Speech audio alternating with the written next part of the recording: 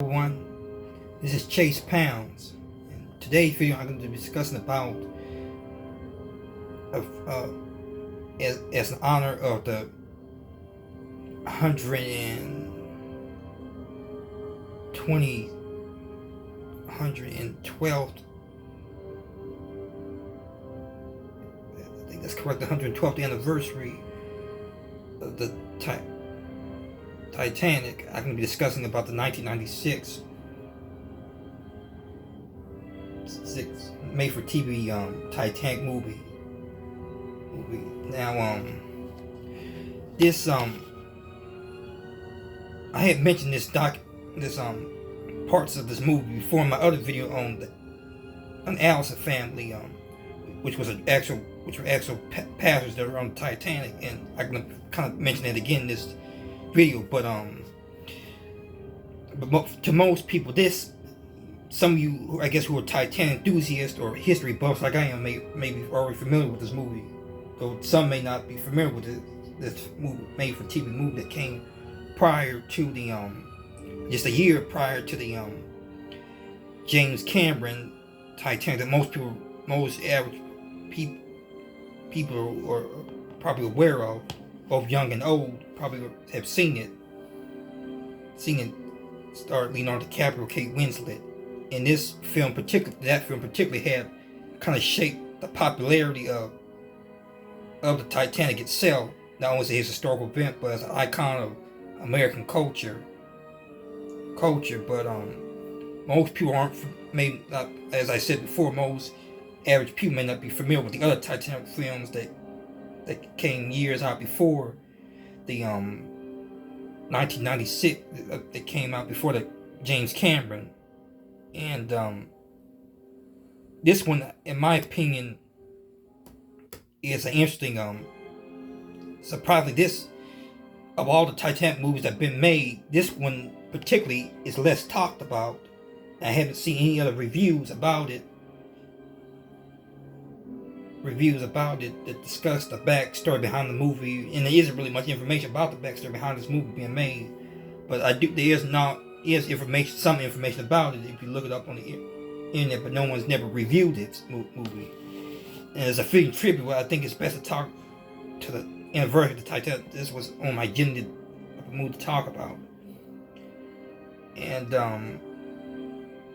this as I said, came out in 1996, came out a year before the great James Cameron Titanic, and it starred Catherine Zeta-Jones, Peter Gallagher, and George C. Scott. Catherine Zeta-Jones was a kind of up-and-coming star at this time. She was mostly in TV before she was in a lot of film. And this was somewhere earlier, I guess, maybe television roles. And it's kind of has three different stories to it. It has three different stories. One, it focuses on the supposedly true story of the Allison family, but some of it, which I'm about to get into, isn't historically accurate. And to start off with, it features the Allison family, who's on their way, as the story goes, they're on their way back home from a trip to Europe to the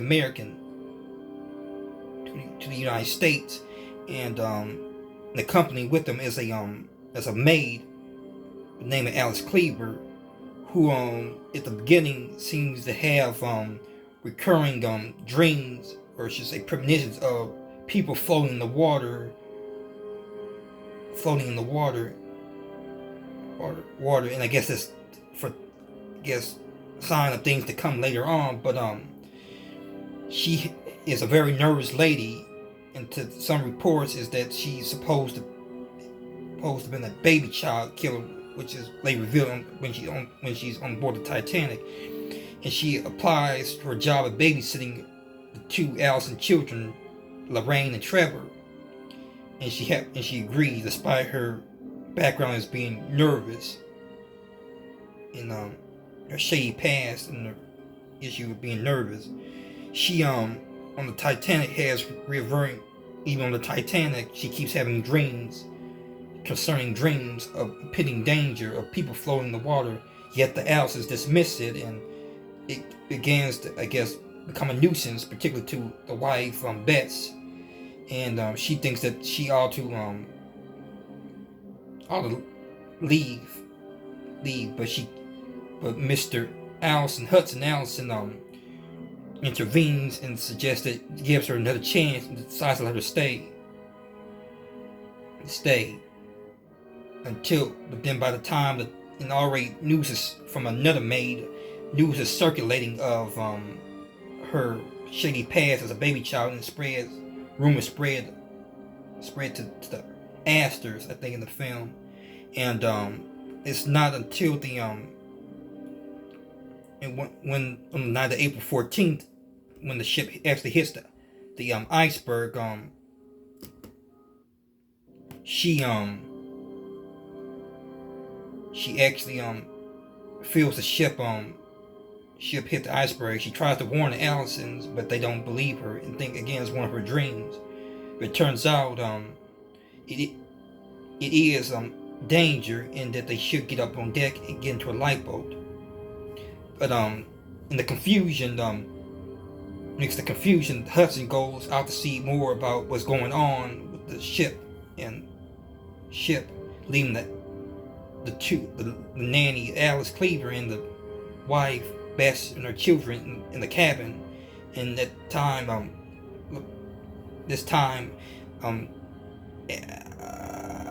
Bess is coming kind of nervous and hysterical, not sure what to do.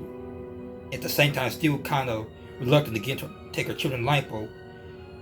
And yet, the nervous Alice Cleaver, already knowing the worst is to come, panics and shouts at her you need to go, but she still refuses. So in the confusion of the whole thing, she just grabs the baby and leaves out the halls, and leaving the confused Bess Allison to try to see where her baby had went, even though more likely she probably went to a lifeboat. She doesn't take Lorraine to a lifeboat. They both her and her husband stay on board looking for Trevor the whole entire time of the sinking, until it's too late and they're left on deck, and they die in the sinking.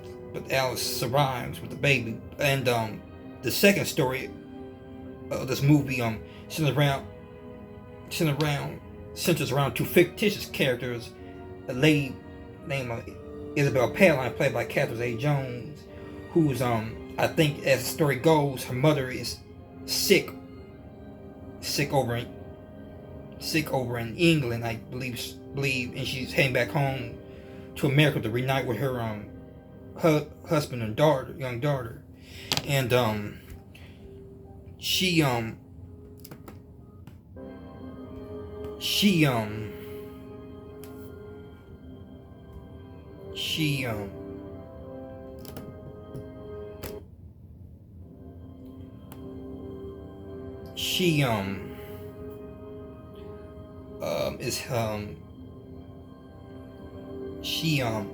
board encounters a man, I guess old friend she knew, I guess, years ago, I think, and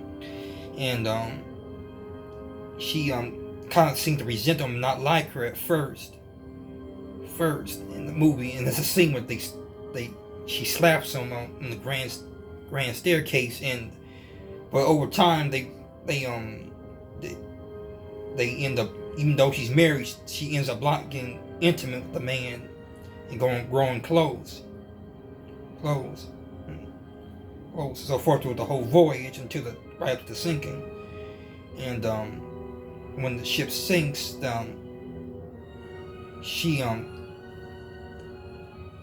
think his name's Wayne, and she Isabel is liking, takes her to life, escorts her to a lifeboat, hoping that, I guess, he will be saved. But of course he's not, because the women and children first policy. And he dies in the sinking, and they recover his body.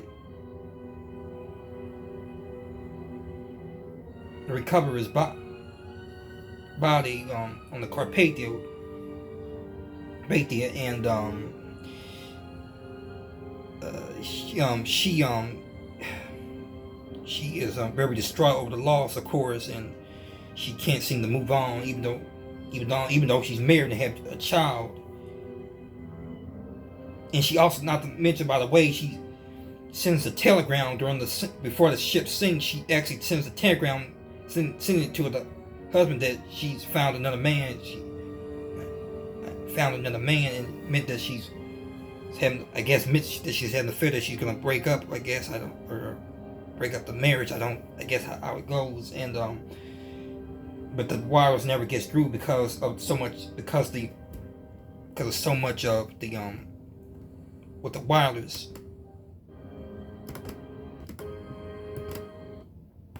Because with the I guess with all the different messages being sent to the wireless prior to the sinking, and being backlogged and behind, and getting messages sent out, that the wireless never, the message never got through that she was trying to send to her husband, so he doesn't know anything about what's going on, I guess, until they probably hear the headlines about the ship sank. When she finally makes it to New York, in the pier, her husband meets her and a daughter, and not having no knowledge of what was going on the Titanic between this other man she was seeing, Wayne.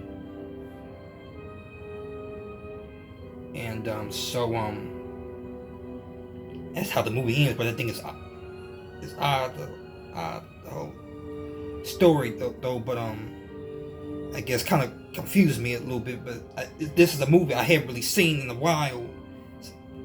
Titanic. This isn't really a Titanic movie I really have seen in a while, since I was in third grade. And mostly when I was watching it, I was mostly watching the sinking scenes. I was skipping a lot of romantic and drama scenes. But as most of that's the second story. The third story falls around in third class with a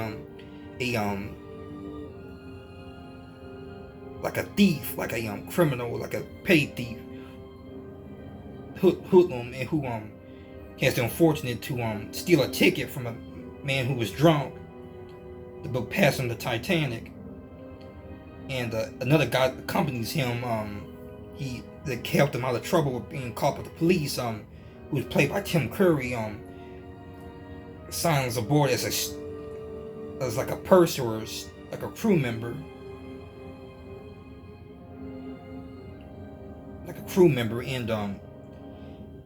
And which he's just as crooked as, but not as crooked as well as, he kind of has a crooked streak as well, but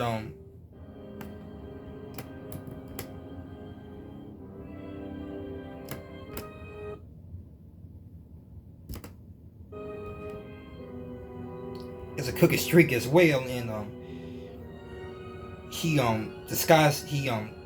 he doesn't steal away. He does buy he steals the ticket from the guy who was drunk.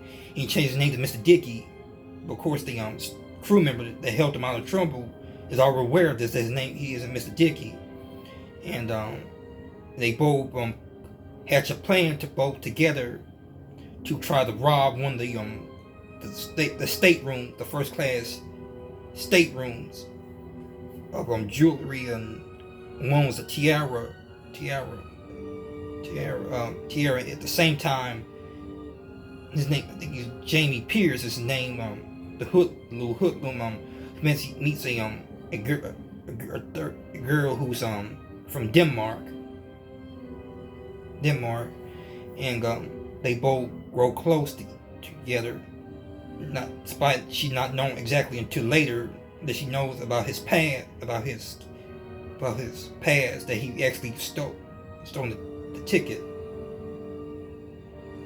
and she's already sensing that the guy that he's working with is up to no good, and at the same time having a kind of a religious faith as well. She tells him she doesn't trust him, and the Tim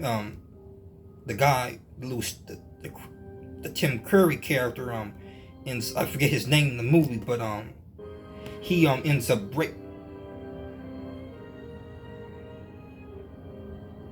raping the raping the girl that Jamie is liking and growing fond of, and she's raped, and she's kind of loses confidence. She's out of shape, I guess, and she's has little faith, despite the danger when the ship hits, that Miss Jamie tries to escort her to a lifeboat, tries to convince them and the other rest of the third class passengers to get to a lifeboat, but the gates are locked, so they're not able to get to the top deck. So he goes back down there to try and save the family, the Jacksons as they're called. And she tries to save.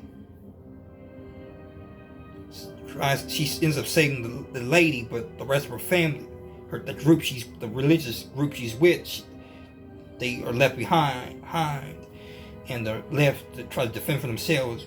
You know, he escorts her to the lady into a lifeboat.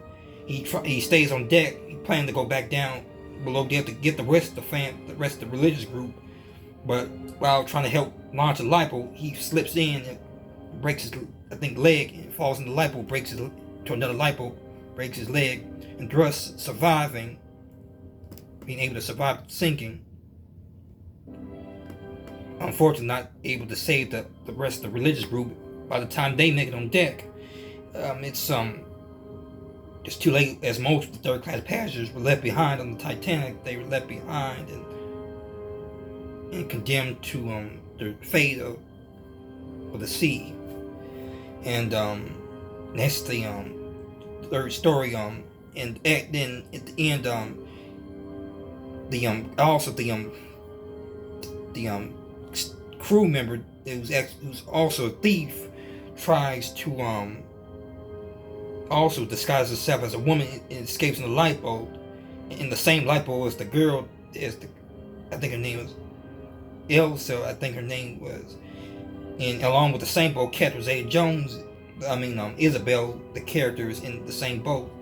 And as the ship sinks, he tries to almost take the boat hostage, but one of the crew members hits him on the head and he falls out. He also and also I forgot to mention that he throws Elsa overboard, but she's found by a nearby boat, and she's recovered when the boat was picked up,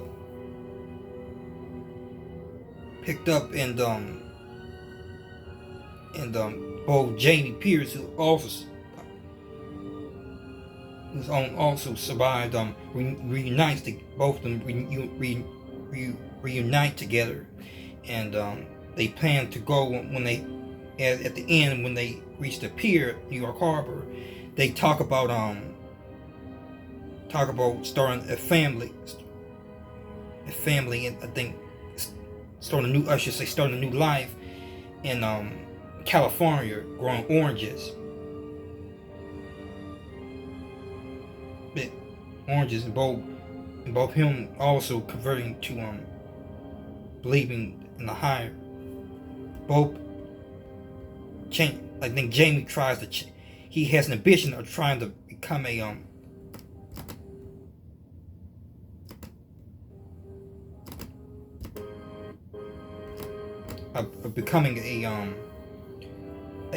movie star of a moving picture business just during the height of early motion pictures, and he talks about starting a new life as he going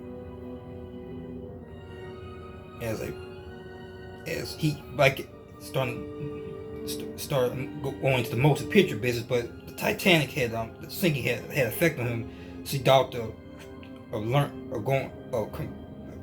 starting his own fate and learning from Elsa. And they said that there's probably a convent in California, so I guess that's where he has a mind. And that's how the movie ends, with those separate stories. And now going to the reviewing, or I guess critiquing the movie. Now, as I said, this isn't a Titanic movie that I watched a lot when I was in third grade. When I was in grade school, that's when my Titanic fascination was at its peak. And I used to watch more of the singing scenes than, as I said, than the drama scenes. I got this movie. It was on when I was on winter break.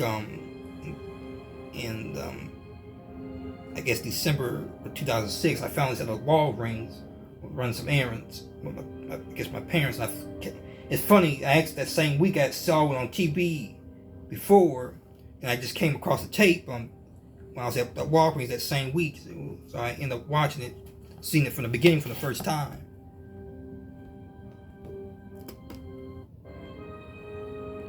But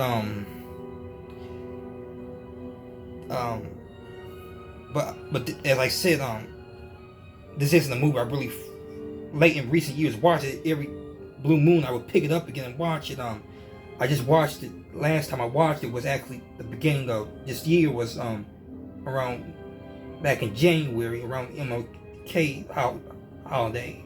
I watched it on the Sunday, and then I watched the last time I watched it before that was recently watched it was in 2020, also in January prior to the start of the pandemic. I picked it up and watched it. Then I watched it the year I graduated from high school. That's some of the recent times I really watched the whole movie. But and I already kind of had prior knowledge of this from other reviews and stuff around the internet on the Titanic discussion board, that this movie tends to have a lot of historical inaccuracies and similar to other Titanic films. Well, there's a few others. The 1953, particularly, it's known for its historical inaccuracies, and I mentioned that before in another video. And I mentioned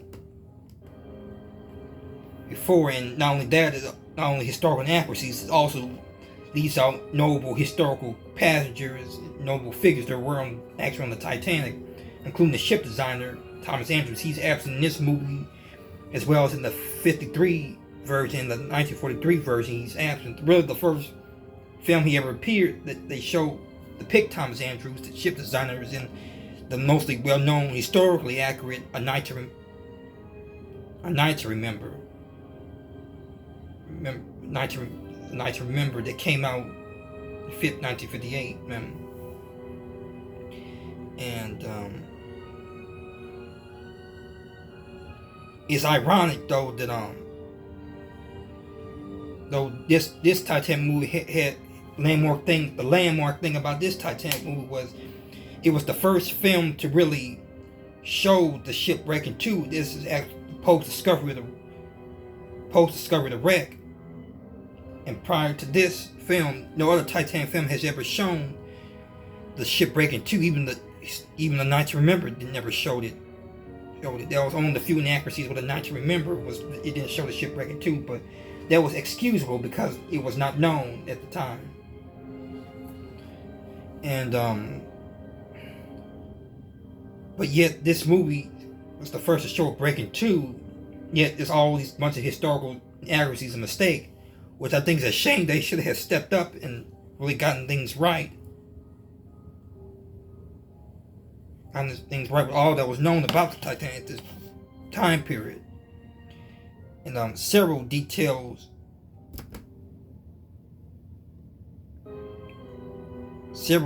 include not only with historical accuracies, not only noble characters being left out, but the deep design and decor of the ship is particularly is evident throughout the movie. And events and details are, I guess, or events and details are incorrect and correct. And I think it perpetuates a lot of the old myths about the Titanic and what's been told in the media and the press in the past. And the branch an example, what comes to mind is the of decor mistakes is the grand staircase. The color of the grand staircase is more of a dark red wood, cherry red color, I think, and it connects with the dining room. The grand staircase connects with the dining room, which which in other films is such as the 1943 propaganda Titanic film is the same thing. It's depicted as the grand staircase connecting with the dining room, which wasn't the case. There were several staircases before you got to the dining room, and the dining room color in the movie is also incorrect with the color. Is more on the Titanic. It was more of a white a white a white color, while in the film was more of a creamish color. But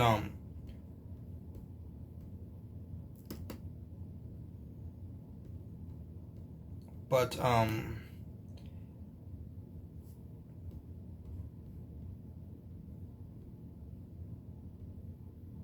but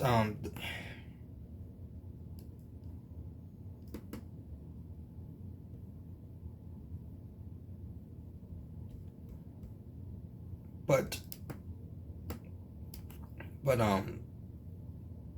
it was cream color in as well as the what's the first class hallways that lead to the cabins. That was inaccurate as well. It's also a brownish color. Of course the I don't think there's many pictures of the first class hallways, but it was white. It was supposed to have been white.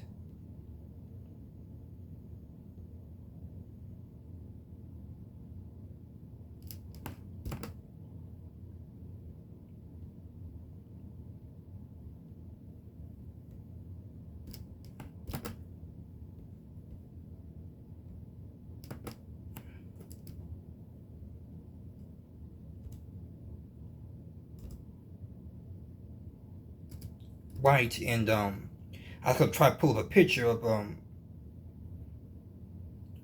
it as well, but that was another thing. In other eras was the was the is the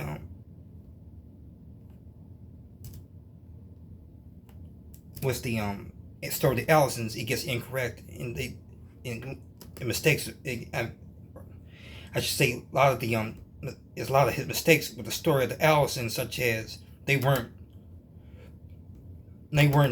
Americans as depicted in the film. In the real life, they were Canadian family, and the daughter that plays Lorraine is a bit older than in the real Allison. The real Lorraine was more younger. I think maybe a couple of years old, but in the movie she was about 8. And they also leave out the other maids that were present during the sinking as well, and the butler.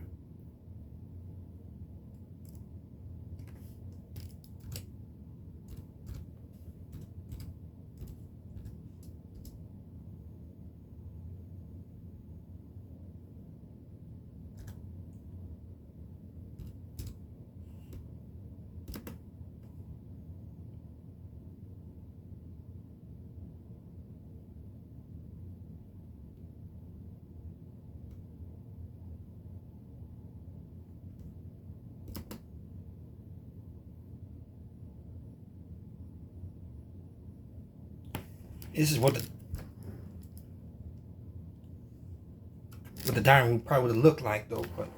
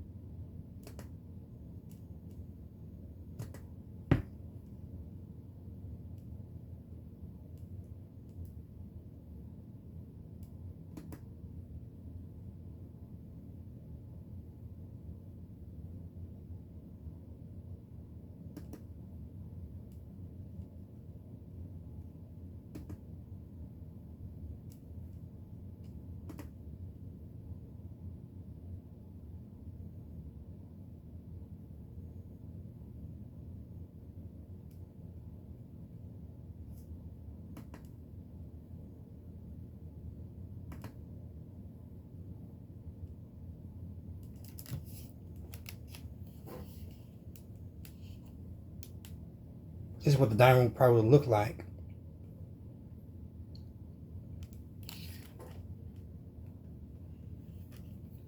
And the Allison family, as I said, was mostly and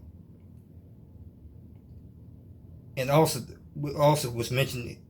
I also forgot to mention that the Allison family were in my other video on the Allison family, that they were the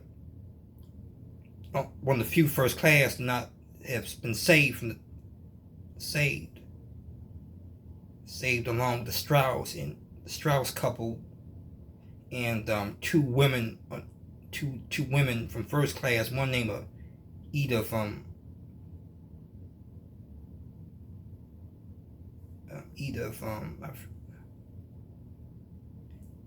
another one was Ann Ism from Illinois, first class, who didn't survive. There's much is not known about them. Eda, of course, Evans, that's who it was. She was the other lady that didn't survive. And another thing that's an inaccuracy that's noted near the end, the last scene with the Allisons, is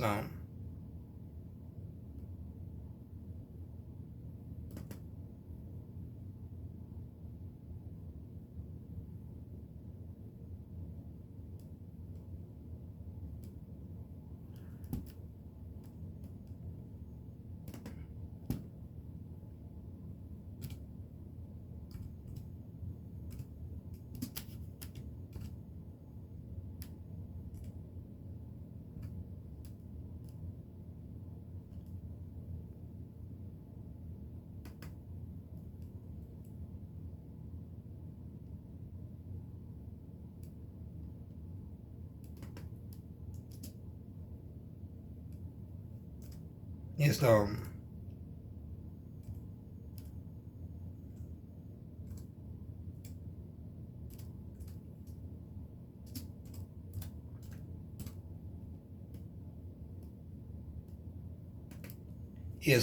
is when they meet on deck with the captain, they're on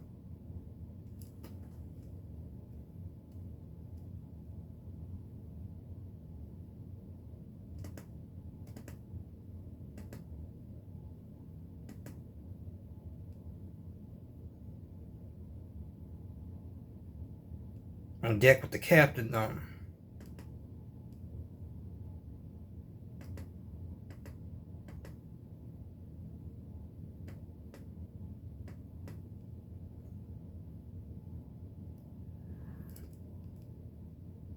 Deck with the captain.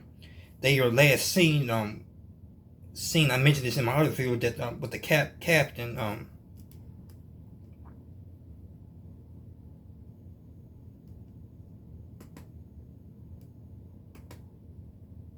Captain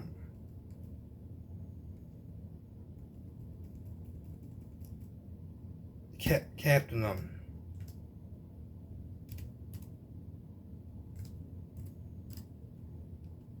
Captain, they asked is there a boat left for the children.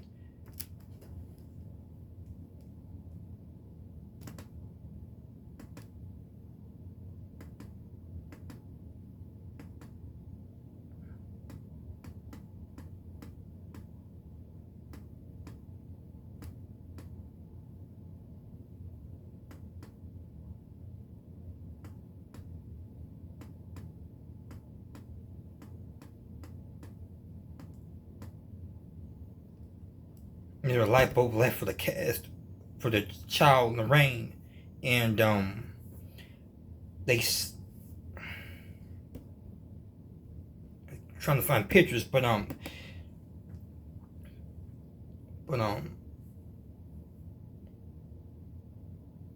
the rain, the captain says there are no more lifeboats, and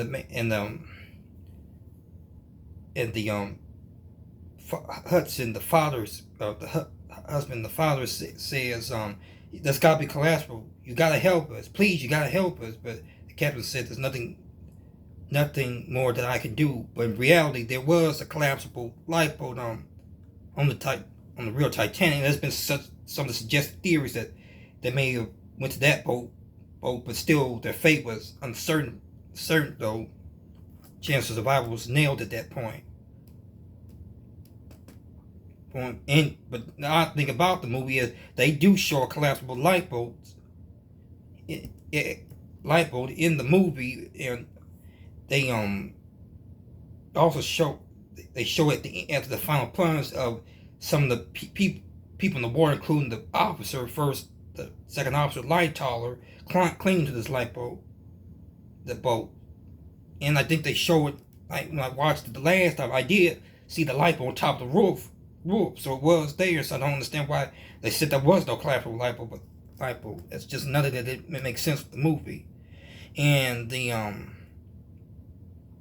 another big inaccuracy at the ending credits, glaring, very noticeable inaccuracy always stood out was they said the wreck was discovered. When the wreck was discovered, a caption that mentioned that there have been attempts to raise it, but all attempts have failed. Then there was an attempt to raise the Titanic. There have been ideas and plans about raising it, but there never was an organized attempt. I'm not sure they loosely got that from the movie Raise the Titanic. It was a movie called Raise the Titanic. It was made in 1980. Still that it makes sense either why that was put in there. After all that was known about the Titanic, they should have known that stuff like that. And as I said, that's some of the inaccuracies that come to mind. And when it first came out, the movie wasn't that much.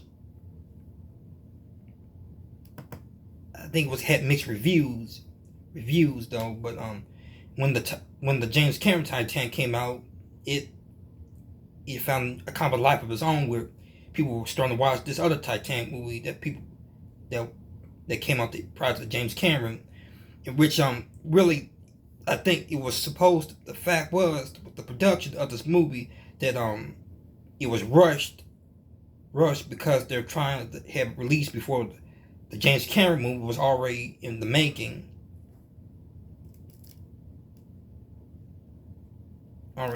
Already in the making. So they're trying to have this not to be outdone, trying to have it already out before the James Cameron. But I think the James Cameron didn't come out until about 1998, so they had time to take their time and I guess research things properly and make this film. I think would have been better and wouldn't have been very sloppy.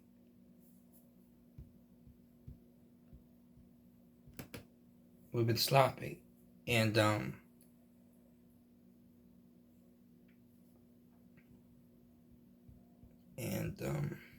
think it would have been it could have had potential of being a nice made-for-TV movie, but like with most movies, there's always like a historical inaccuracy of mistakes, like similar to the movie Roots, miniseries of Roots, such as they get the Nat Turner revolt inaccurate. It was set in 1831, but in the Roots, it was in 1841. It happened in the month of August of actual Nat Turner revolt, but in the film Roots, it was in May, I think.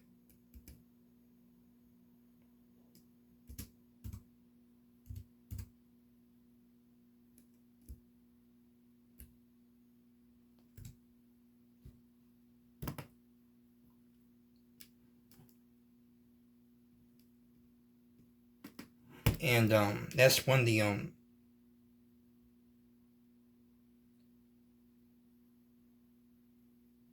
mistakes with the movie. Some of the things with the movie, all these with the movie.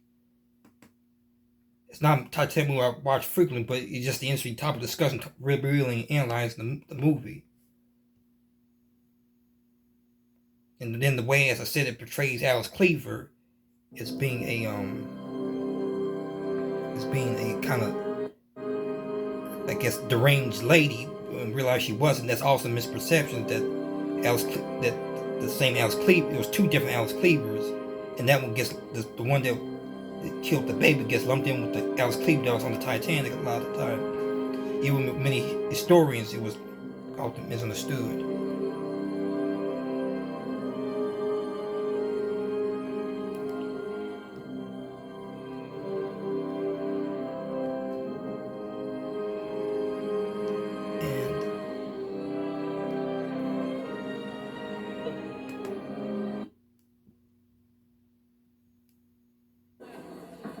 No response. I thought I saw something, but... Yeah, it's me. Don't worry. They'll get them up here in plenty of time. You can have... It's even becoming nice. Go on. Careful. Hurry. Where I will.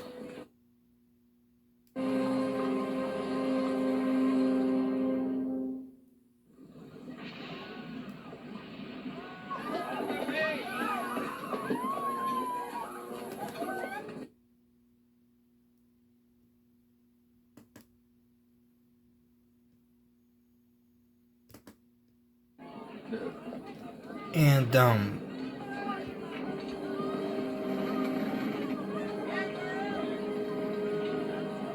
was trying to find this picture of the collapsible boat.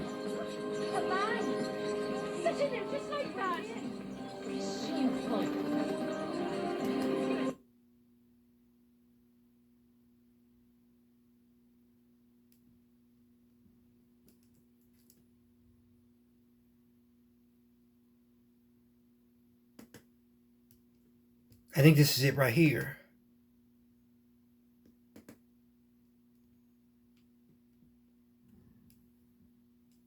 Carefully lean your weight to counter the swell.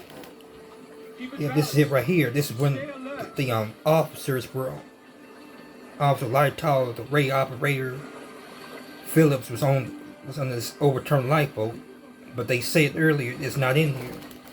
Sir, another's died over here. Can we push him off to make room, sir? Okay. Itself. His office depicts the death of Officer Murdoch as well as did the James Cameron. So they kind of borrowed similar elements, took similar elements. Open the bloody gate! I told you. Good. For this.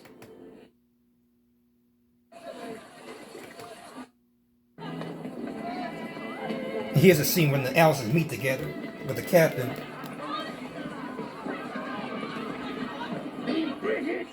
It's kind of British.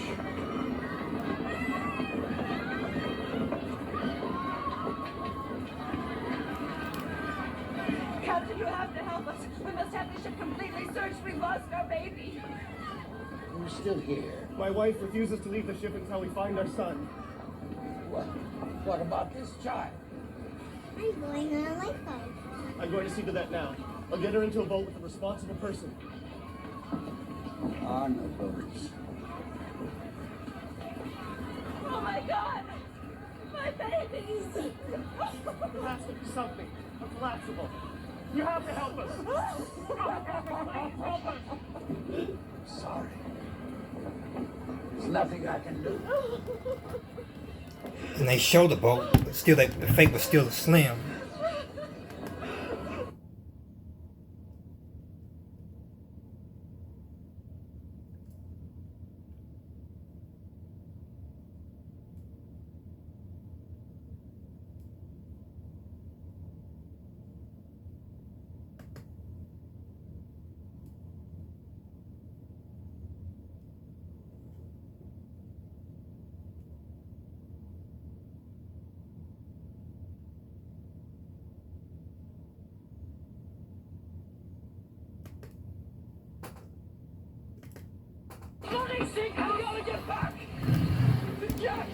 And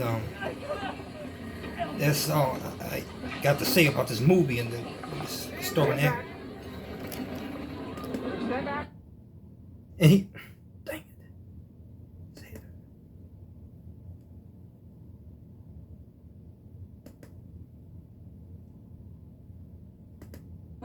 I'm an excellent swimmer, remember? When I can't go without Yes, you. you can. One foot in front of the other. Tell me about it.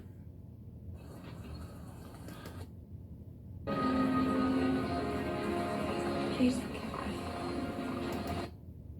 We won't go without it. Get this woman on a boat.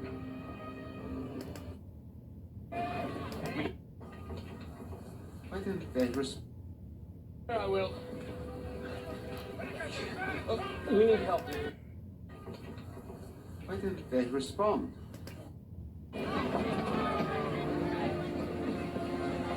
Claire's waiting for me. When she's yours. I had the picture of the other boat on top of the roof, but anyway, that's the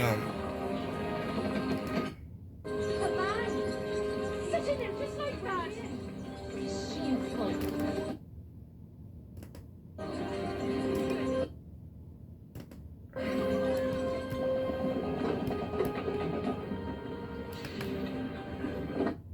anyway, that's the all I had to talk about this movie. That's it's an interesting movie to talk about with its historical inaccuracies, but